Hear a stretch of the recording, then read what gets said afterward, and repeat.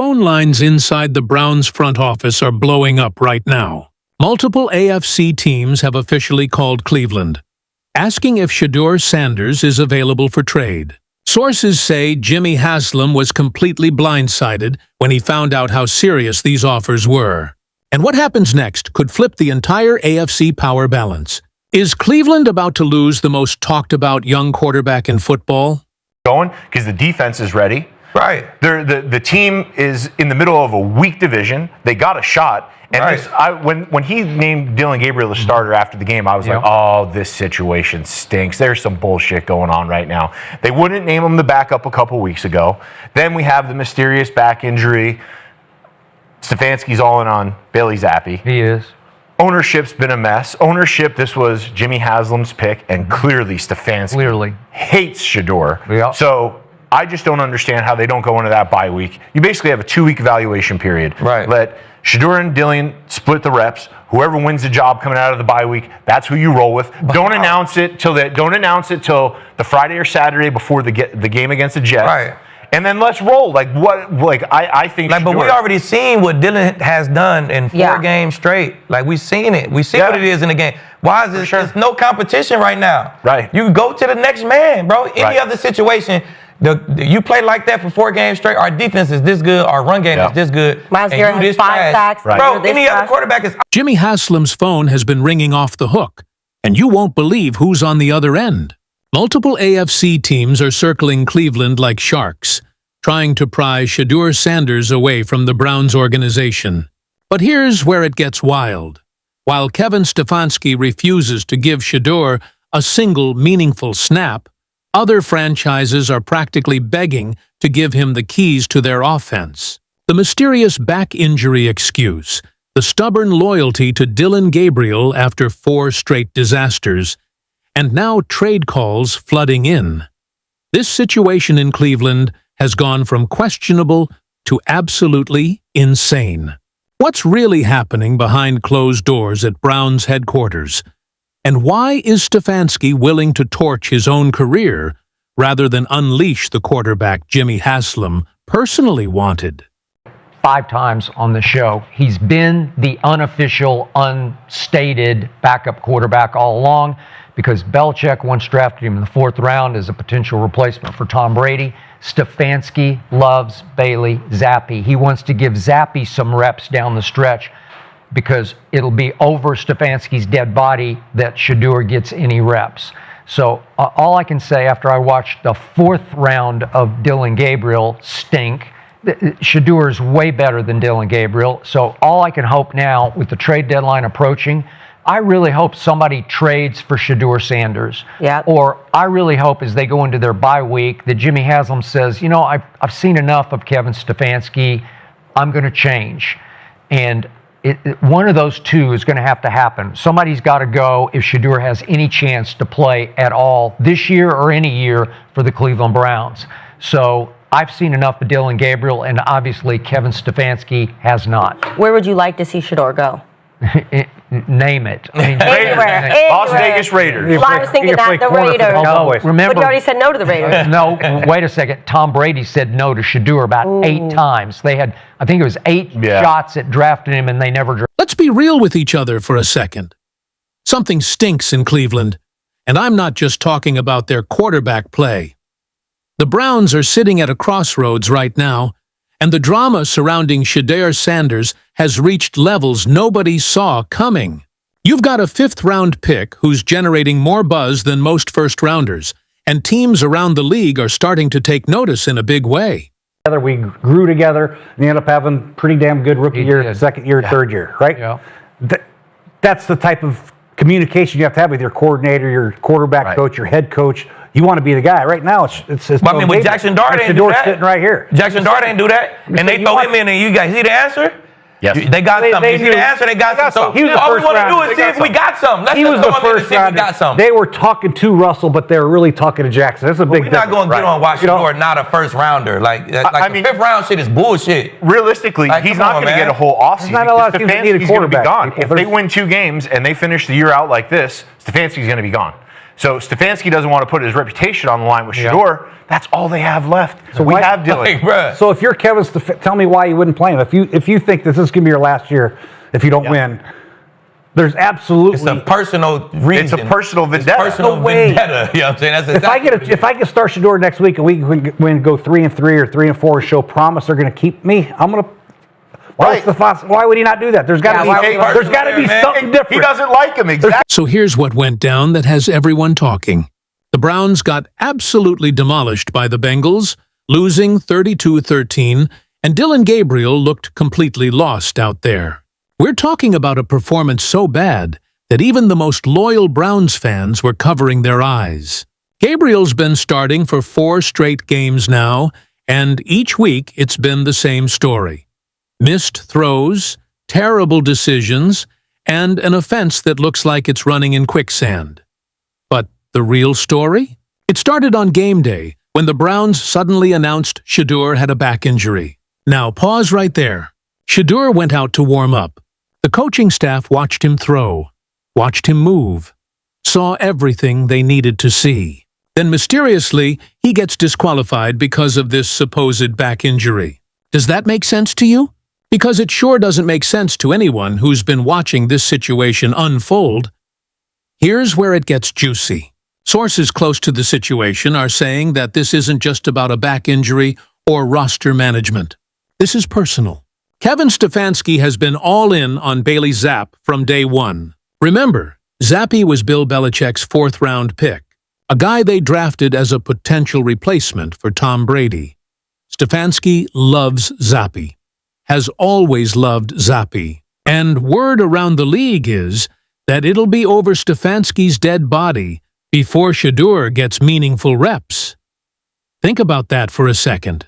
You've got a coach who's so locked into his guy that he's willing to watch Dylan Gabriel throw up 4 straight stinkers rather than give the owner's pick a chance. That's not just stubbornness. That's a personal vendetta playing out on an NFL field. Now let's talk about what's happening behind the scenes, because this is where the story gets absolutely wild. Jimmy Haslam didn't just draft Shedeur Sanders on a whim. This was his guy. Haslam saw something special in Shedeur during the pre-draft process, looked past all the noise about his confidence and his style, and said, "This is the quarterback who's going to turn this franchise around." But here's the problem. Haslam's coach doesn't agree. The tension between ownership and coaching staff has been brewing since draft day. Stefanski never wanted Shedeur. He wanted to stick with his system guys, the quarterbacks who fit his mold and his vision. But when your owner drafts a quarterback in the 5th round and makes it clear this is the future, you've got a problem. And that problem has been festering for months. So what happens when a talented young quarterback is being buried on the depth chart despite having all the tools? Other teams start circling. And that's exactly what's happening right now.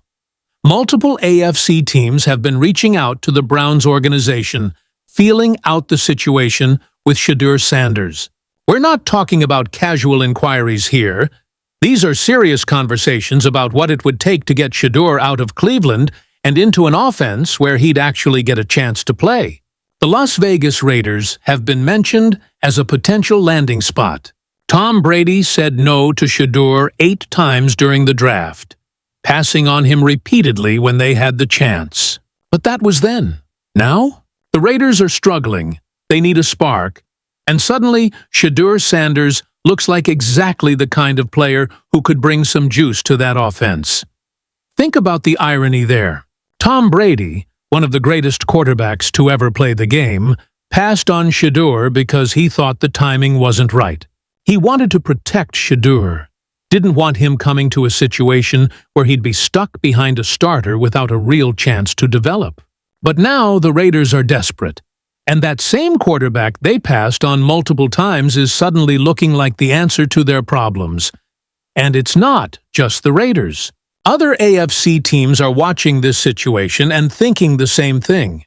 If Cleveland isn't going to use Shedeur, why not bring him somewhere that will? The trade deadline is approaching, and the whispers are getting louder by the day. But here's what makes this situation even more insane. The Browns actually have a chance this season. Their defense is playing at an elite level. Myles Garrett just recorded 5 sacks in a single game, setting a franchise record. The run game is solid. They're in a weak NFC North division where 8 or 9 wins might actually be enough to make some noise in the playoff picture. Everything is there except competent quarterback play. Dillon Gabriel has posted an 18 QBR through 4 games. That's not just bad. That's historically awful.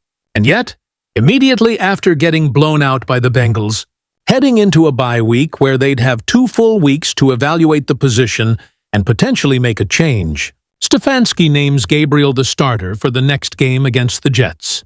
No competition, no evaluation period, just a straight-up declaration that Dillon Gabriel remains the guy.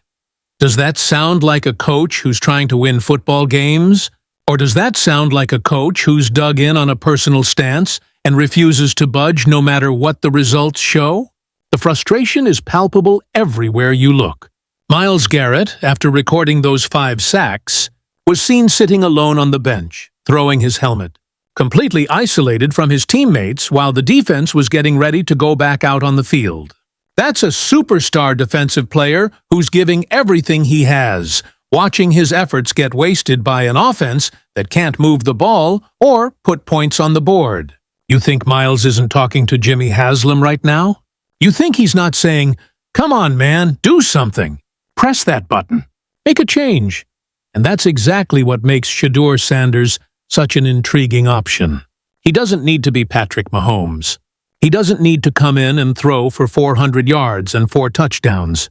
All he needs to do is push the ball downfield, give his receivers a chance to make plays, let the run game work, and let that elite defense eat. Score a couple of touchdowns, keep the ball moving, bring some energy to the team. That's it. That's all the Browns need from their quarterback position right now. But Stefanski won't do it. And that's where the real story is. Let's talk about why Kevin Stefanski is making this decision, because it's not about football anymore. If the Browns win 2 more games and finish the season looking like this, Stefanski is gone. His job is on the line right now, and he knows it. So why wouldn't he roll the dice on Shedeur? Why wouldn't he say, "You know what? Let me see if this kid can give us a spark. And if he does, maybe I save my job." Because it's personal. Stefanski doesn't want to put his reputation on the line with Shedeur Sanders. There's history here that goes deeper than just football. Multiple people who were around during the draft process have talked about how Shedeur rubbed certain coaches and front office people the wrong way.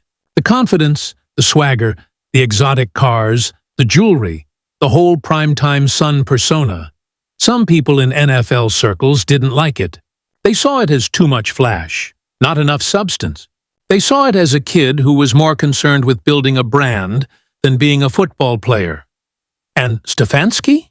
He was one of those guys. Word around the league is that Stefanski wasn't just ambivalent about Shedeur. He actively didn't want him.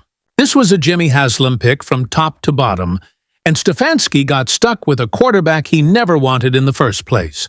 Now he's doubling down, refusing to play him, even as his job crumbles around him. It's the kind of stubborn pride that destroys careers. Because here's the thing. If Stefanski puts Shedeur in, and the kid balls out, wins a few games, shows he's got what it takes, then suddenly everyone's asking why Stefanski didn't do this sooner. It makes Stefanski look bad for wasting time with Dillon Gabriel. It makes Stefanski look like he was wrong about Shedeur from the beginning. And for a coach whose job is hanging by a thread, admitting you were wrong isn't an option. So instead, Stefanski is riding with Dillon Gabriel all the way to the unemployment line. And Shedeur Sanders is stuck watching from the sideline while other teams start making calls to see if they can rescue him from this mess. Now, let's get into what these trade calls actually mean and where this situation could be heading. Because the fact that AFC teams are reaching out about Shedeur Sanders tells you everything you need to know about how the rest of the league views this situation versus how Cleveland is handling it. When teams call about a fifth-round quarterback who hasn't played a single meaningful snap, that's significant. These aren't mercy calls or casual check-ins. These are teams that have done their homework, watched Shedeur's college tape, seen his pre-draft workouts, and decided that he's worth trading assets for, despite having zero NFL experience. That should tell Jimmy Haslam something. That should tell everyone in the Browns organization that maybe, just maybe, they're making a massive mistake by keeping this kid buried on the depth chart. The Raiders' situation is particularly interesting because of the Tom Brady connection. During the draft, Brady had 8 opportunities to take Shedeur. 8 times the Raiders were on the clock with a chance to grab him, and 8 times they passed. At the time, the narrative was that Brady was trying to protect Shedeur, didn't want him coming into a backup situation behind Geno Smith, where he wouldn't get immediate playing time. But now, the Raiders are struggling. Geno's not getting any younger, and they need someone who can come in and energize that offense. If the Raiders called Cleveland tomorrow and offered a 4th-round pick for Shedeur, would the Browns take it? That's the million-dollar question, and it's one that's creating serious tension inside the organization. Jimmy Haslam drafted Shedeur because he believed in him. Trading him away after half a season without giving him a real shot would be admitting defeat, admitting that his coach was right and he was wrong. That's not something owners do lightly. But here's the flip side. If other teams are calling, if Shedeur is generating legitimate trade interest, doesn't that validate everything Haslam believed about him in the first place? Doesn't that prove that the talent is real, that the potential is there, and that the only thing holding Shedeur back is Kevin Stefanski's personal grudge? This is where the ownership dynamic becomes crucial. In most organizations, the coach has full control over the quarterback room. The coach decides who plays, who sits, and who gets traded. But the Browns aren't like most organizations. Jimmy Haslam is a hands-on owner, and when his personally selected quarterback is getting buried while trade offers come in from around the league, at some point, he has to step in and make a decision. The bye week is the perfect time for that conversation. Right now, the Browns have 2 weeks before their next game against the Jets. 2 weeks to evaluate, to have tough conversations, to potentially make changes. If Haslam walks into Stefanski's office and says, "Listen, we're playing Shedeur coming out of the bye," what's Stefanski going to do? Quit? Refuse? His job is already on the line. He's going to coach whoever the owner tells him to coach. And that's what makes this situation so fascinating. Because we're about to find out what matters more to Jimmy Haslam, backing his coach or backing his quarterback. We're about to find out if the Browns are actually serious about trying to win this season or if they're content to let everything burn down around them. Let's be honest about what we've seen from Gabriel. 4 games, 18 QBR, multiple turnovers, an offense that can't sustain drives or put points on the board. The defense is playing out of their minds, Myles Garrett is having a career year, and it's all being wasted because the quarterback position is an absolute disaster. Any other situation in the NFL, any other team, and Gabriel is on the bench after that performance. You don't get 4 straight games of that level of play and keep your job unless there's something else going on, and that something else is Kevin Stefanski's refusal to play. Shedeur Sanders no matter what. Now, let's talk about Shedeur himself for a minute, because this kid has handled this situation with incredible maturity. He's not complaining publicly. He's not causing drama in the locker room. He's not demanding a trade or throwing tantrums on social media. He's showing up, doing his work, staying ready, and letting his play and practice speak for itself. That's the kind of professionalism that teams notice. That's the kind of attitude that makes other organizations say, "You know what? If Cleveland doesn't want him, we'll take him." But here's why Shedeur should get a shot in Cleveland rather than being traded away. This team is actually good. The defense is elite. The run game works. The offensive line, when healthy, can protect. All the pieces are there for a young quarterback to succeed. Shedeur wouldn't be walking into a complete rebuild where he's expected to carry a terrible team on his back. He'd be walking into a situation where all he has to do is be competent, and suddenly the Browns are a playoff team. Think about that for a second. The NFC North is wide open. The Browns are in the hunt, despite having the worst quarterback play in the division. If Shedeur comes in and just gives them average NFL quarterback production, nothing spectacular, just average, they could legitimately make a run at the playoffs. That's how good the rest of the roster is, but it's not going to happen unless Jimmy Haslam forces the issue. And based on everything we're hearing, based on the trade calls coming in, based on the tension between ownership and coaching staff, that confrontation is coming. It might happen during the bye week. It might happen after the next game if Gabriel struggles again. But it's coming. Here's what I think happens. The Browns come out of the bye week, play the Jets, and if Gabriel has another rough performance, that's when Haslam steps in. He's not going to fire Stefanski mid-season. That would be chaos. But he can absolutely mandate a quarterback change. He can walk into that facility and say, "We're playing Shedeur starting next week, and if you don't like it, we can have a different conversation at the end of the season." And honestly, that's exactly what needs to happen. Because right now, the Browns are wasting a golden opportunity. They've got a defense playing at a championship level, they've got weapons on offense, and they've got a quarterback sitting on the bench who other teams are literally calling about trying to trade for. How does that make any sense? Shedeur Sanders isn't just some random fifth-round pick. This is a kid who was projected by Mel Kiper as a potential top 5 talent before the draft.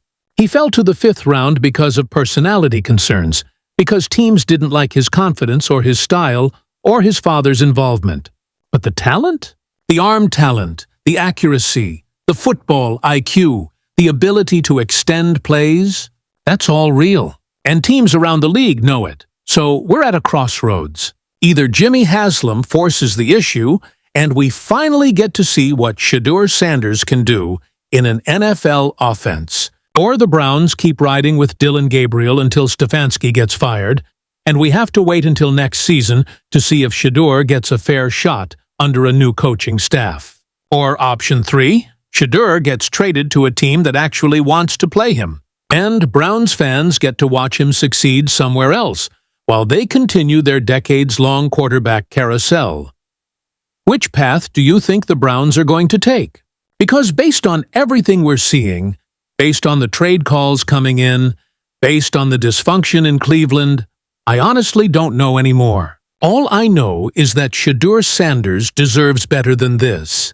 And the Browns fans definitely deserve better than watching Gabriel throw another clunker while a talented quarterback sits on the bench. The next 2 weeks are going to be huge. The bye week gives everyone time to think, time to evaluate, time to make decisions.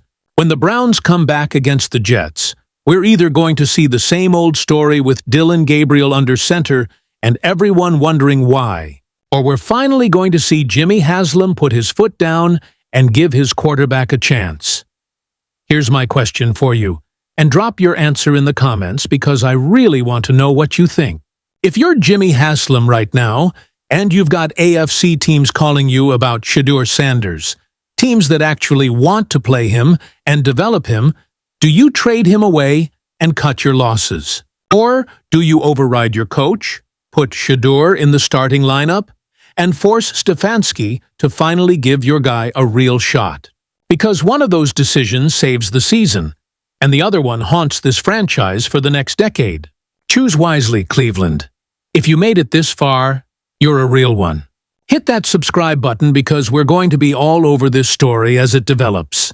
The Shedeur Sanders saga in Cleveland is just getting started, and trust me, you don't want to miss what happens next. We'll see you in the next one.